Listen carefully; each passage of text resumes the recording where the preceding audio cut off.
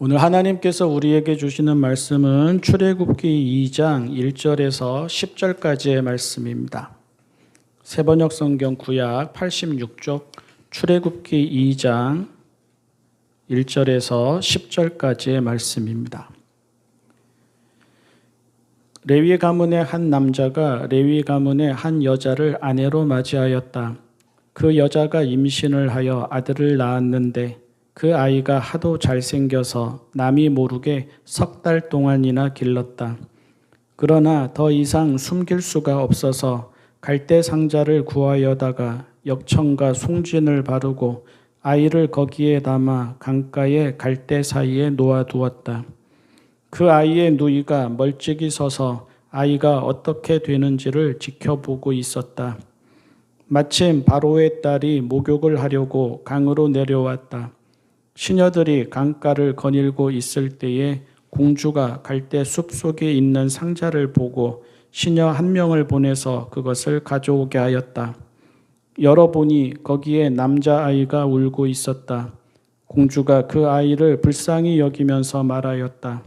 이 아이는 틀림없이 히브리 사람의 아이로구나. 그때에 그 아이의 누이가 나서서 바로의 딸에게 말하였다. 제가 가서 히브리 여인 가운데서 아기에게 젖을 먹일 유모를 데려다 드릴까요? 바로의 딸이 대답하였다. 그래, 어서 데려오너라. 그 소녀가 가서 그 아이의 어머니를 불러왔다. 바로의 딸이 그에게 말하였다. 이 아이를 데리고 가서 나를 대신하여 젖을 먹여다오. 그렇게 하면 내가 너에게 삭슬 주겠다. 그래서 그 여인은 그 아이를 데리고 가서 젖을 먹였다. 그 아이가 다 자란 다음에 그 여인이 그 아이를 바로의 딸에게 데려다 주니 공주는 이 아이를 양자로 삼았다. 공주는 내가 그를 물에서 건졌다 하면서 그의 이름을 모세라고 지었다. 아멘. 하나님의 섭리가 어떻게 이루어지는지 보십시오. 또 하나님의 구원이 어떻게 준비되는지 보십시오. 다들 무언가를 하지 않습니까? 누군가는 무언가를 하지 않습니까? 각각의 자리를 감당하는 그 누군가가 하나님의 방법입니다. 각각의 자리에서 감당하는 그 무엇이 하나님의 지혜입니다. 모세가 태어나서 자라나게 되는 과정이 희한하지 않습니까? 노예살이와 혹독한 억압과 노동과 혐오 및 차별과 유아 학살이 나라의 정책인 시대에 태어났습니다. 정상적인 환경에서 태어나도 이런저런 질병으로 죽는 아기들이 절반이 넘었을 그 옛날에 모세는 태어나자마자 즉시 죽어야 하는 히브리인의 아들이었습니다. 길을 가다가 보면 아스팔트 깨어진 틈 사이로 뿌리를 내린 들꽃이나 민들레를 보게 되지요. 한 번은 산길을 걷다가 가져다 버린 아마 김장을 하고 나서 버린 것 같은데요. 가져다 버린 배추 밑동에서 뿌리가 나고 싹을 틔운 것도 보았습니다. 열악한 환경에서도 살아내는 생명력에 볼 때마다 경외감이 들었고 또 그렇게 보면서 가슴이 뭉클했습니다. 생명은 살고자 해서 생명이구나 생각을 했고요. 빈말로라도 죽겠다거나 죽고 싶다거나 죽는구나 하지 말아야겠다는 생각도 들었습니다. 그런데 모세의 경우는 그런 열악한 상황보다 더 열악한 상황이었습니다. 잡초를 뽑듯 보이는 족족 뽑아버리라는 것입니다. 모기를 잡듯 파리를 잡듯 바퀴벌레를 잡듯 보이는 족족 죽여버리라는 것입니다. 잡아서 노예로 키우라는 것도 아니고 잡아서 재산 삼으라는 것도 아니고 잡아서 팔아버리라는 것도 아니고 아예 생명의 싹을 잘라버리라는 것입니다. 그것이 국가 시책이었습니다. 최고 통치자 파라오가 정한 법이자 살아있는 신으로 여겨지는 파라오가 내린 신의 계명이었습니다. 그런데 그런 상황에서도 모세는 태어납니다. 그런 상황에서도 모세는 자라나고요. 그런 상황에서도 모세는 가장 안전한 곳에서 성인이 되기까지 보호받습니다. 여러분은 그런 생각을 하지 않습니까? 저는 성경을 읽으면서 종종 하나님이 참 무모하시다는 생각을 합니다. 그것을 그냥 지켜보신다는 말입니다. 모세가 태어나자마자 산파들의 손에 죽을 수도 있는데 그냥 지켜보신다는 말입니다. 모세가 태어나자마자 강물에 던져져서 물고기 밥이 될 수도 있는데 그냥 지켜보신다는 말입니다. 예수님이 태어나실 때도 그러셨지요. 어쩌면 그렇게 무모하신지 다 알면서도 조마조마하고 그 조마조마함이 너무 커서 때로는 하나님께 버럭 소리라도 지르고 싶은 심정입니다. 이 땅에 당신과 당신의 나라를 이루시고자 보내신다면서 그 어린 마리아와 시골 목수 요셉에게 갓난 아기로 예수님을 보내십니까? 마리아가 못하겠다고 하면, 또 마리아가 차라리 죽겠다고 하면 어쩌려고 그러십니까?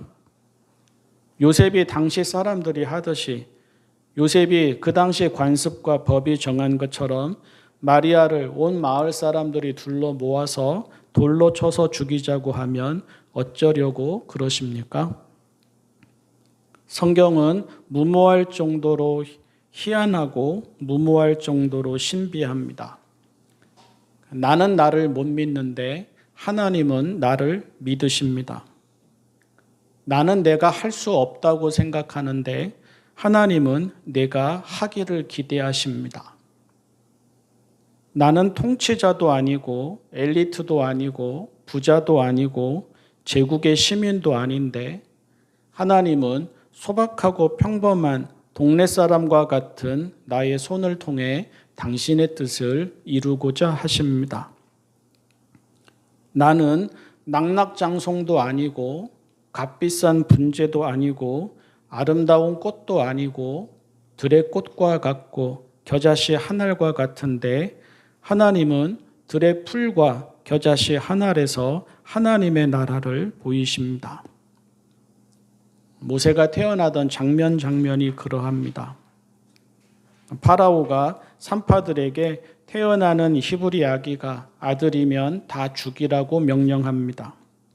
하지만 그녀들은 하나님이 두렵고 하늘이 두려워서 파라오의 명령을 거부하고 아기들을 살려냅니다. 그녀들이 남자 아기들의 미래를 보장하거나 생명을 책임질 수는 없습니다. 아니나 다를까 파라오는 그렇게 태어난 아기를 죽일 또 다른 명령을 내립니다. 다만 그녀들은 손을 놓지 않고 그 상황에서 그녀들이 할 수 있는 무언가를 합니다. 파라오가 백성들에게 갓 태어난 히브리 남자 아이는 모두 강물에 던져서 죽이라고 명령합니다. 결국 부모들에게 하는 명령이지 않습니까? 아들을 죽이지 않으면, 아기를 죽이지 않으면 그들이 죽게 될 것이라는 협박이지 않습니까? 하지만 모세의 부모는 그럴 수가 없어서 남모르게 아들을 석 달이나 길러냅니다. 마침내 더 이상 숨길 수 없게 되자 갈대 상자에 아기를 담아 강가에 놓아둡니다. 그렇게 한다고 모세가 죽지 않고 안전히 살게 된다는 보장은 없습니다. 다만 그들은 손을 놓지 않고 그들이 할 수 있는 무언가를 합니다. 갈대 상자에 담긴 모세는 하필이면 파라오의 딸에게 발견이 됩니다. 그녀는 이 아기를 보자마자 이 아기가 이집트 사람의 아기가 아니라 히브리 사람의 아이인 것을 알아봅니다. 하지만 그녀는 이 아이를 고발하지도 죽게 놔두지도 버리지도 않습니다. 아버지가 내린 명령보다 이집트의 공주로서 해야 될 일보다 아기를 불쌍히 여기는 마음이 더 큽니다. 그녀는 손을 놓지 않고 그녀가 할 수 있는 일을 합니다. 아기를 위해서 젖을 먹일 유모를 구하고 마침내는 그를 양자로 삼습니다. 그리고 또 한 사람이 있습니다. 본문에 나오는 사람 중에서 가장 작고 가장 약하고 가장 평범한 사람입니다. 모세의 누이입니다. 소녀는 이 모든 것을 지켜봅니다. 소녀는 아기가 갈대 상자에 담겨 강가에 놓이는 것부터 공주가 이 아이를 발견하고 보게 되는 것까지 다 지켜보다가 담대히 공주에게 다가갑니다. 자기가 젖을 먹일 유모를 구해 오겠다고 청하고는 가서 어머니를 불러옵니다. 어른이 아닙니다. 아이입니다. 남자가 아닙니다. 여자입니다. 누가 시키지도 않았고 아이의 생명을 구해낼 힘도 없습니다. 하지만 그런 그녀도 손을 놓지 않고 그녀가 할 수 있는 무언가를 합니다. 살아있는 신이자 최고 통치자인 파라오의 명령에 틈이 생깁니다. 파라오의 권력이 약해서도 아니고 파라오에 맞서는 강한 저항 세력이 있어서도 아닙니다. 모세가 태어나고 안전하게 자라게 됩니다. 엘리트와 지성인의 대대적인 지지가 있어서도 아니고 경제적이고 사회적인 대단한 후원이 있어서도 아닙니다. 하나님의 섭리와 하나님의 구원이 이루어져 갑니다. 파라오라고 해도 함부로 하지 못하는 정직한 종교가 있어서도 아니고 그 사회를 이끌어가는 정신적인 지주들이자 성인군자들이 있어서도 아닙니다. 평범한 한 사람이 소박하지만 진실한 행동으로 파라오의 명령에 틈을 만들어냅니다. 각자의 자리에서 자기가 할 수 있는 일을 해내는 작지만 사람다운 행동이 하나님의 섭리와 구원의 방법이 됩니다. 출애굽기 1장, 출애굽기 2장 어디에도 거창한 명분 없습니다. 대단한 능력 보이지 않습니다. 당장 달라지는 것 없고 눈에 보이는 결과 없습니다. 혁명 아닙니다. 파라오를 끌어내리는 것 아닙니다. 파라오의 마음을 바꾸는 것 아닙니다. 서로 뜻을 맞춘 것도 아닙니다. 서로 마음을 맞춘 것도 아닙니다. 서로 역할을 부담한 것도 아닙니다. 다만 각자 할 일을 합니다. 지킬 것을 지킵니다. 소중히 할 것을 소중히 합니다. 두려워할 것을 두려워합니다. 무력해하지 않습니다. 어쩔 수 없다고 하지 않습니다. 원망과 분노만 하지 않습니다. 회의적이지 않습니다. 냉소적이지 않습니다. 부정적이지 않습니다. 작다 크다 비교하지 않습니다. 된다 안 된다 계산하지 않습니다. 나는 이렇다 그는 저렇다 논쟁하지 않습니다. 그저 그 상황에서 자기가 할 수 있는 무언가를 합니다. 그들에게는 그렇게 그 상황에서 할 수 있는 무언가를 하는 것이 인생이고 또 그것이 하나님을 두려워하는 신앙입니다. 하나님의 방법은 세상을 지배하는 제국이나 세상을 좌지우지하는 문명이 아닙니다. 하나님의 방법은 더 큰 힘과 더 많은 부와 더 대단한 명성이 아닙니다. 하나님의 방법은 초인과 위인과 영웅과 엘리트가 아닙니다. 하나님의 방법은 언제나 우리 한 사람 한 사람입니다. 내가 하는 소박한 일이, 우리가 하는 소박한 일이 하나님의 방법입니다. 우리 한 사람 한 사람이 사람답게 양심을 따라 하는 하나하나가 악을 꺾고 선을 이루고, 우리 한 사람 한 사람이 신앙인답게 하나님을 따라 하는 하나하나가 불의의 체제의 틈을 만들고 하나님의 섭리를 이루어 갑니다. 간디가 한 말입니다.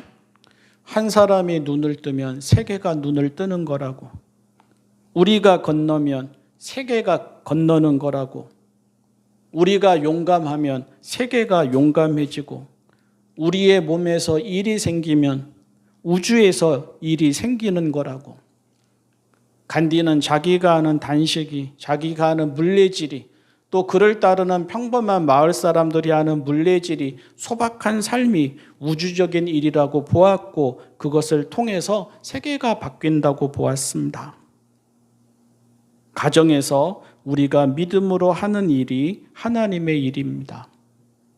사회에서 사람들과의 만남에서 우리가 믿음으로 하는 말과 믿음으로 하는 행동이 하나님의 일입니다.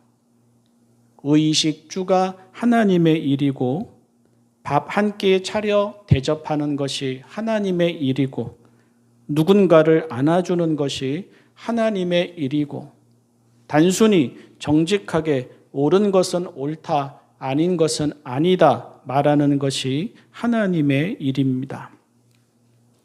그래서 하나님은 산파들을, 평범한 부모를, 어린 누이를, 불쌍히 여길 줄 아는 외부 사람을, 어린 마리아를, 시골 목세 요셉을 믿으십니다. 그들이 하나님의 방법이고 그들이 하나님의 지혜입니다. 또한 그래서 오늘도 하나님께는 우리 한 사람 한 사람이 하나님의 방법이고 우리 한 사람 한 사람이 하나님의 지혜입니다. 기도하겠습니다. 사랑의 하나님 아버지, 누구나 하나님의 일에 참여함을 알게 하여 주십시오.